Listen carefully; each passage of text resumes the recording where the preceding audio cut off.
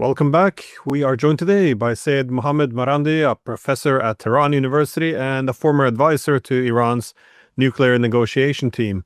So thank you very much for coming on now. I know the situation there must be very tense as the US appears to be possibly moments away from actually attacking Iran.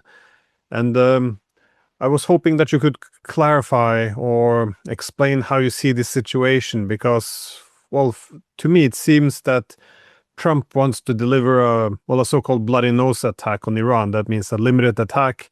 So essentially bomb Iran and by the end of the day, essentially offer to stop it on the condition that Iran doesn't retaliate.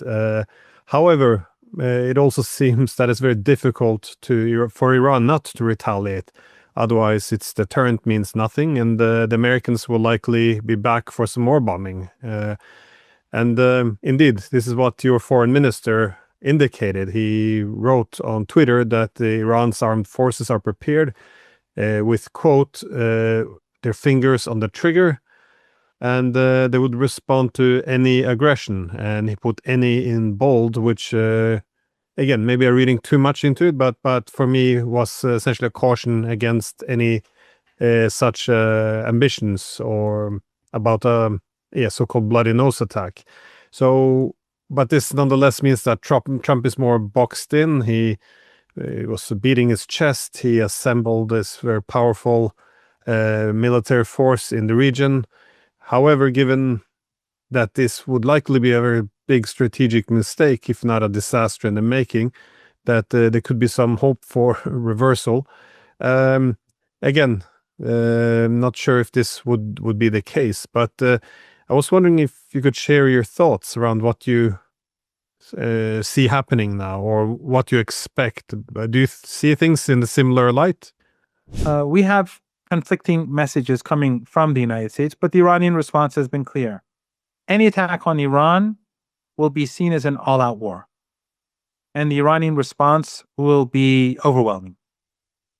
And I think Trump has boxed himself in, as you said. I think that's a very good way of putting it. Trump has come in, beating his chest, and now he either has to back off or he has to attack.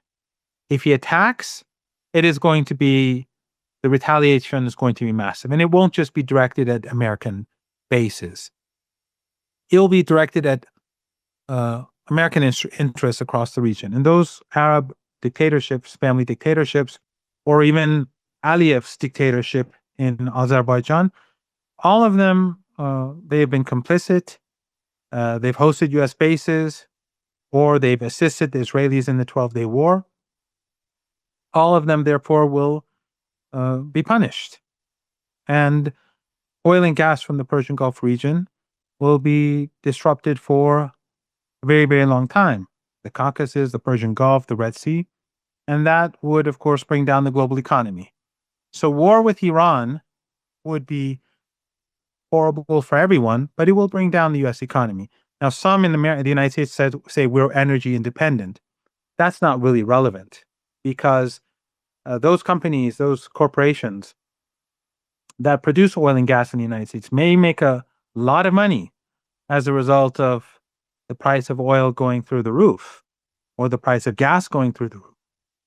But consumers, factories, corporations, individuals, families, it will be catastrophic for all of them because they'll have to pay much more for energy. And that is not possible. So the U.S. economy will collapse. And this would be at a time when the U.S. economy is already in a very, very difficult situation, as we're seeing with gold and silver and what it seems to me mean and what people are saying about the future of the economy. This would just add much more fuel to the fire. So the smart thing for Trump to do would be to back off and to end this peacefully.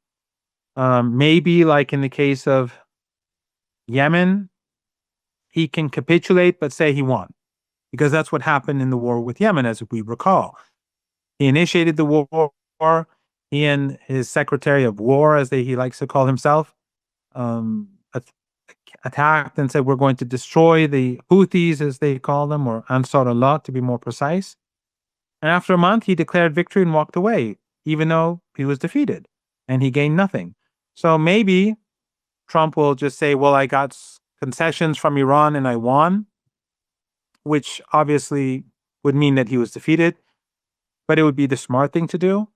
Or he will feel that he has to do something.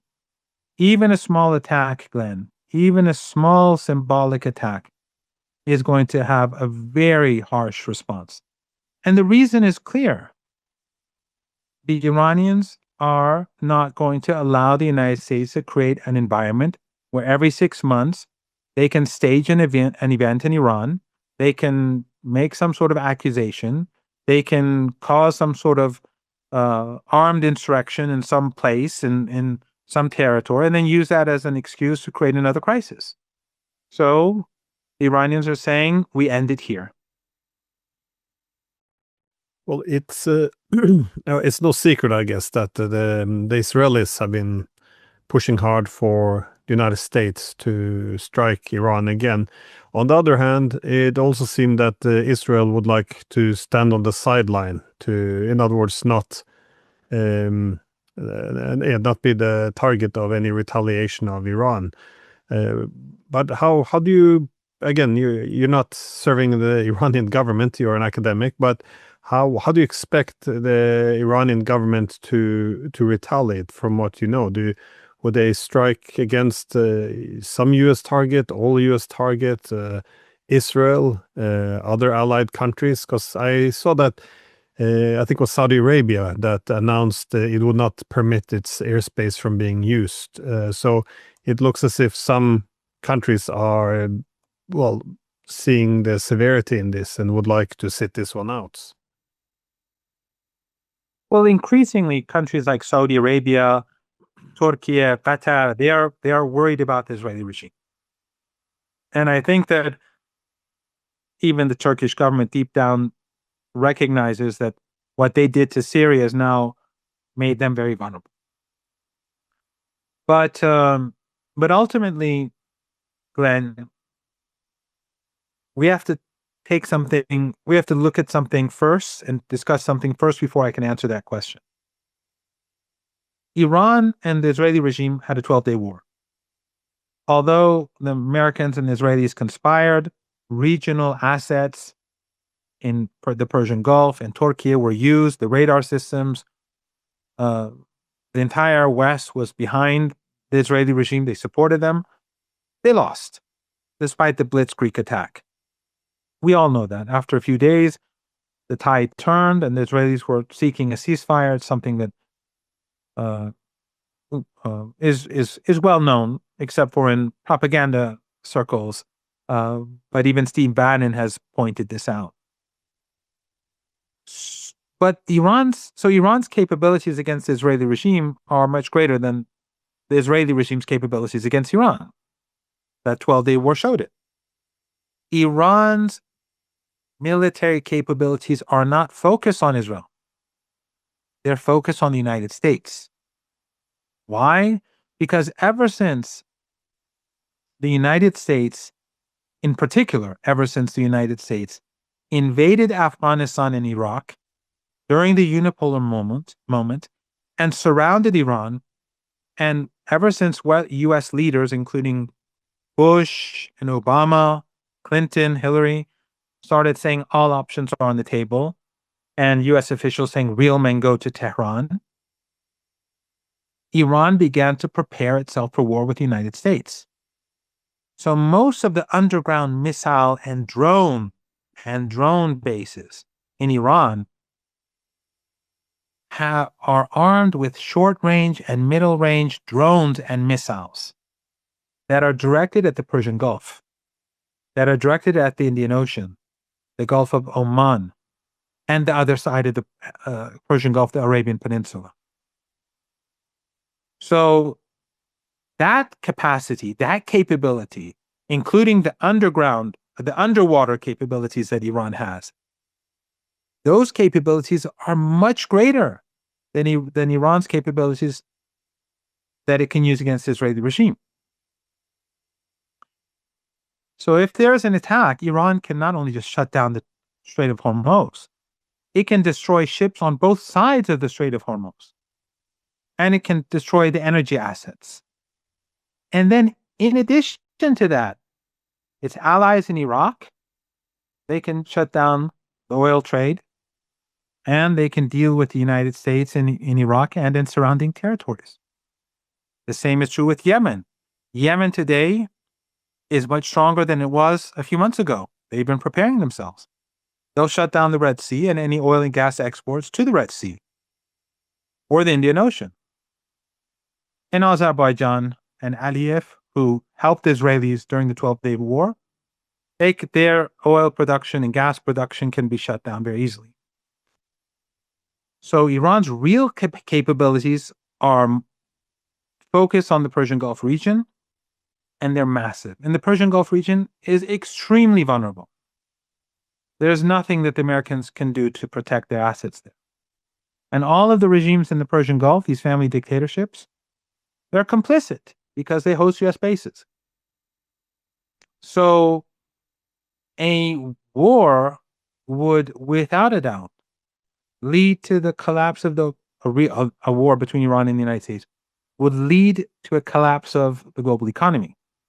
Now, the Israeli regime, from what we've been hearing, does not want to be involved because it's extremely vulnerable. We saw during the 12-day war that they failed. And they've not only has Iran's missile capabilities been enhanced significantly, but its air defenses, especially with regards to drones, has been strengthened. And the Israelis have failed to be able to catch up. So the advantage today is much greater for Iran than it was back then. So what the Israeli regime and Zionists want is for the Americans to sacrifice themselves for the Israelis. And the people surrounding Trump, people in Congress and in the Senate, they're Israeli firsters. They will sacrifice U.S. interests for Israeli interests. So there is a good chance that despite the fact that this would be catastrophic for the United States, that they may actually carry this out because they're doing it for the sake of Israel. Actually, if we go back at the case of the murder of General Soleimani, this also happened. Initially, General Soleimani was supposed to be murdered in a joint operation between the Israelis and the Americans. And at the very last moment, Netanyahu pulled out. And I think that that was the intention all along. U.S. drones, of course, went from Qatar and murdered General Soleimani, something that the Iranians are not going to forget.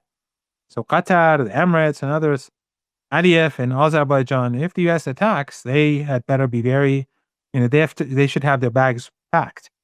But this, I think, is what the Israeli intention was all along with General Soleimani, to push Trump towards confrontation with Iran, but not to get involved. It's quite possible that this is what we're seeing today. I don't know if Trump is going to attack, because even though I don't consider him to be completely sane, but I don't think he's totally insane either. But I don't know what sort of information he's being fed. I think maybe he was hoping that if he brought in this, what he calls an armada, that Iran will be intimidated and that they will somehow capitulate. Not a chance in the world that will happen. Then maybe he thought that he could get away with it because he did send messages to Iran that, okay, let me strike, and then you can have this token retaliation and it'll be all over. Iran said, no, we're not playing that game. Because as I said, that is a violation of Iranian sovereignty. It's an act of war. But more importantly, it leaves the door open for another round of terrorism in Iran and pretending that these are peaceful protesters, and the Western media, being obedient to power, will just repeat the nonsense that Trump and the White House wants them to repeat.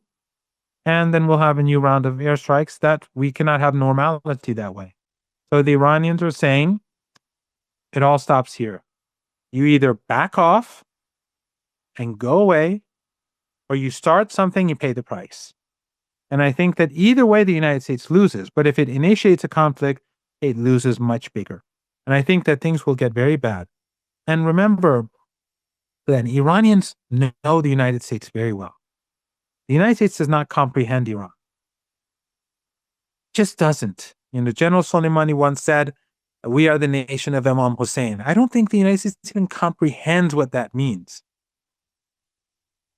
But the Iranians know the United States. The Iranians monitor the United States. They know that the economy in the United States is doing poorly. They know how poorly Trump is doing in the polls. They know the divisions in the United States.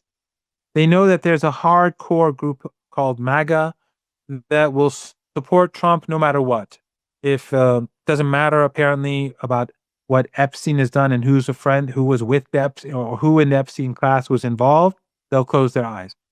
You can shoot white women in the face. You can murder nurses who were helping war veterans. You can, all of the things that MAGA used to talk about, the endless wars and all that of that has been dropped. MAGA will follow the cult leader wherever he goes.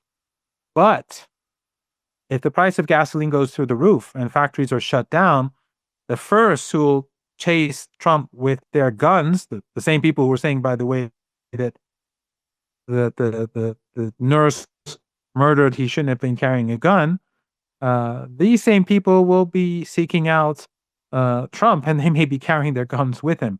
So with themselves. So everyone will turn against Trump when the economy falls, because they'll see him as being responsible for it. The Iranians understand that. And that's why their priority will not be a few U.S. military bases. They will strike them. They will strike military targets. But when they say that U.S. interests across the region are targets, they're sending a message to Trump that your presidency will come to an end if you start a war. Well, I've been watching all day on the screens here the different kind of American military hardware moving into the region. So ranging from warships to this transport flights, refuelers, all of these things. And so again, Trump is building up a big momentum, which makes it very difficult to walk away without anything. So he's put some demands again that Iran can negotiate, but the Iranian government has said that it's always willing to sit down and talk, negotiate, but not while the U.S. military is there aiming their guns at Iran. But also from American media, it suggests that the deal the Americans want would entail halting nuclear enrichment, which would be a big economic hit for Iran, but also limit long-range ballistic missiles and also cut off its ties with regional allies, which could then leave Iran very exposed to a future attack. Is there anything at all, do you think, to negotiate here, or is this essentially seen as a stepping stone to regime change anyways? I mean, how does the Iranian government view the possibility of reaching an agreement with the United States? Well, giving up nuclear enrichment or its missile capabilities or its alliances is just out of the question. With regards to a deal, we had a deal, the JCPOA. Actually, we weren't satisfied with it. And if we're going to have another deal at some point in the future, if it's not going to be like that, it will have to be something better for Iran. Now, how does Trump escape from this position that he's boxed himself in? I have no idea. Either he strikes and we have all-out war, as I said. Doesn't matter the nature of the strike. It will be an existential war for the Iranians.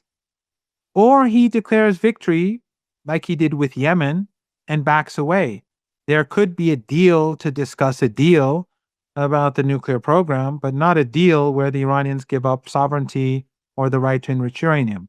There are creative ways of doing things, and Trump, of course, he can easily lie and convince MAGA that, he won, even though he gained really nothing. That is a possibility. But the Iranians are not counting on it. The Iranians are ready for war, and they're ready for all-out war. And if there is war, I think that some of the countries in the Persian Gulf region will cease to exist, at least under current management. But it is possible for Trump to walk away because that's what he did in Yemen. He always declares victory, even when it's clear that he had to back down in the case of, let's say, the trade war with China, with Greenland. In many instances, he said one thing and then he did something quite different. In the case of Yemen, as I mentioned, this could also be something like that. I'm sure the Iranians would be willing to let him get himself out of this box in a way in which he can pretend that he got something, but the Iranians are not going to give him anything that will violate their sovereignty. That era, that Iran is not that sort of country. Iran is not, Turkey or Saudi Arabia or Egypt or, it's a different kind of country. It's fiercely independent, and it's resisted the United States for almost 5 decades now. So it will continue to do so. This time around, though, Glenn, I think is going to be decisive. If the United States backs down for whatever reason and declares victory, they can do that. If it backs down, it's a major defeat after all these threats. But if it engages in war, it is a tragedy for the world, but the United States will be defeated. And by default, Iran will win the war. But it will change your life, it will change my life, it will change the lives of people in the southern tip of Latin America and the southern parts of Africa and in the eastern and western parts of Asia. It will change everyone's lives, because if there's an energy crisis, the world will change. So if there's any calls from Washington to Tehran today with a proposal that, listen, we'll walk away from this, but we have to drop a few bombs so we don't lose face, this is not going to be acceptable to the Iranians. No, zero. Nothing, not at all. Iran's counterstrike will be massive, and they've already said that. The only thing that can be done is for the United States to walk away and pretend that it got something, whereas it didn't get anything. But that's the only way left for Trump. The rest is war. And we don't want war. And we've been saying that. The foreign minister has said that. Others have said that. We're willing to negotiate. We've always been willing to negotiate. But to give up any part of our sovereignty or our support for the Palestinian cause or our defense capabilities is just simply out of the question. And so Trump has put himself in a very, very dangerous situation. If there is war in this region, Glenn, it will be far more consequential for the world than Ukraine. Well, if anyone was to reverse position, I guess Trump would be the ideal president. He is an artist in BS, so he could shift focus. I mean, only last week we talked about invading Venezuela, invading Greenland, so he could always shift focus to, annexing Canada or whatever is next on the menu, or destroying Cuba. So, but it's sad if world peace now depends on the BS skills of President Trump. So anyways, I know you guys must have a lot of things to do there at the moment, and thank you for taking the time, and stay safe.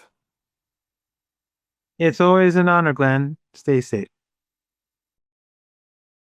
大家好，我是主播周玉琴。很多的朋友告诉我们，太阳星全效克菲尔益生菌帮助了睡眠品质。